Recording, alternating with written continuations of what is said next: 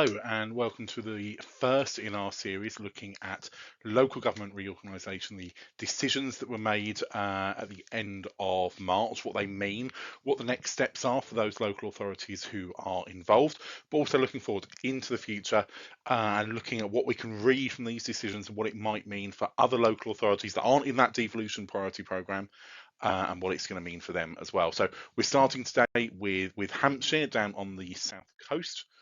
Um, and this is Hampshire, but maybe not quite as you know it, because ministers have approved option 1A.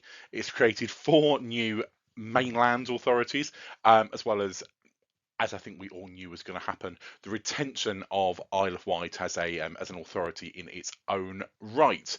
So on top of that, we have North Hampshire Council now. That's the pink part, purpley pink part there, up at the top of the county.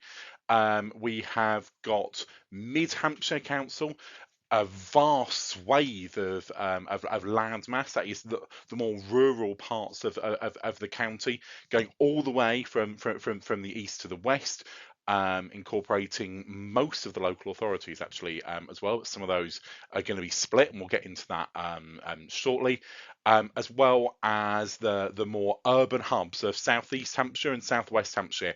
Fully expect those to change name, and again we might get onto that shortly as well. But around Southampton and around Portsmouth, which were, along with the Isle of Wight, already unitary authorities. So this is both of them expanding out of their current areas. So as I said, there is some quite complex parish level boundary adjustments, particularly around New Forest and Test Valley, but also in some of those areas that are around Portsmouth and Fareham and those sorts of areas as well. And obviously this has all now got to be completed by April 2028. So what was the rationale behind this? Why would you go with that slightly more complicated pattern rather than moving whole current district or borough councils over? Well, the government ultimately has concluded that the expansion of those 2 major cities, those 2 major port cities with a lot of historical importance of Southampton and Portsmouth, was absolutely essential and was logical in terms of that sort of keeping communities together vibe, which again we're going to hear a lot about over these videos.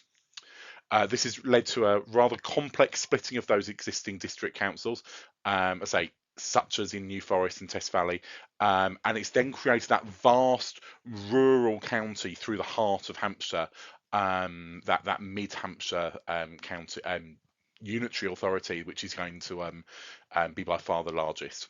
And I think what we're going to see here and what we're going to see in other places, that it is about sort of keeping urban areas urban, keeping rural areas rural, but really look out for where those urban areas have expanded so as they can grow, so as that maybe there can be housing decisions and other sorts of bits and pieces that I think we're going to see start to be announced over the next sort of 6 to 12 months, where more properties are going to be built to sort of match those government plans around housing.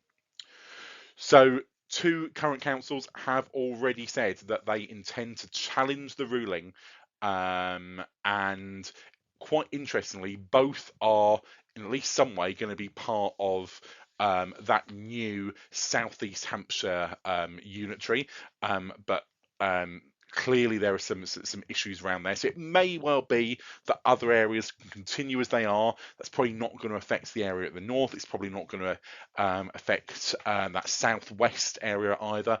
But might be possibly a little bit of trepidation in that southeast corner. There are also rumours, and I think I'm probably on board with these, that some of those naming conventions will probably be changed or changed. I don't think that's going to have to go to the High Court or sort of go through any sort of legal process. That's something that the new authorities can change. They are rather generic, and they are generic across most of the new local authorities, most of the new decisions. I think we can probably expect to see things like Greater Southampton, Greater Portsmouth, or things to that kind of vibe, that will come out really as well to make the most of that historic importance of some of those towns as well. I think it will also be interesting to see if other areas try and use this precedent which is being set up by the Isle of Wight. So the Isle of Wight, obviously, is off the coast of England. It would have been very, very difficult. It's already a unitary authority. It has its own NHS health board as well. So it would have been very, very difficult to try and move it into any of the other areas. Every single plan that was put forward had Isle of Wight been retained on its own. So it's not a surprise to see that that is what has happened. But we might see some challenges possibly elsewhere in the country when other decisions have made that might go, well, if Isle of Wight can be on its own, we've got that same kind of level of historic importance. We would like to challenge the result based on that. I think it's also really important that we look at those districts where there is that splitting happening. It's going to create a lot of additional challenges, such as the 2P transfer of staff. Are you going to join the authority that most of your current district is joining? Or are you going to go with just the part that a small part is joining? Are we going to see staffing groups split? At the moment, no real noise on that at the moment, and ultimately, because of who was given the sort of the project rights for the next part, that's going to be a lot part down to the county council, which again could cause some issues for the areas around Southampton and the areas around Portsmouth where there are already unitary authorities. So worth keeping a bit of an eye on that as well. And yeah, for us here at Architect Services, we're going to be working really closely with, in particular, that Southwest Hampshire region, who are utilising IcoPlan as part of their LGR delivery project.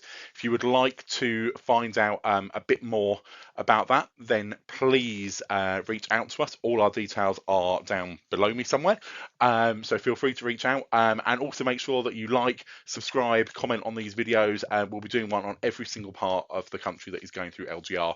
So please subscribe so that you can see more and not miss the next one. Look forward to seeing you on the next video.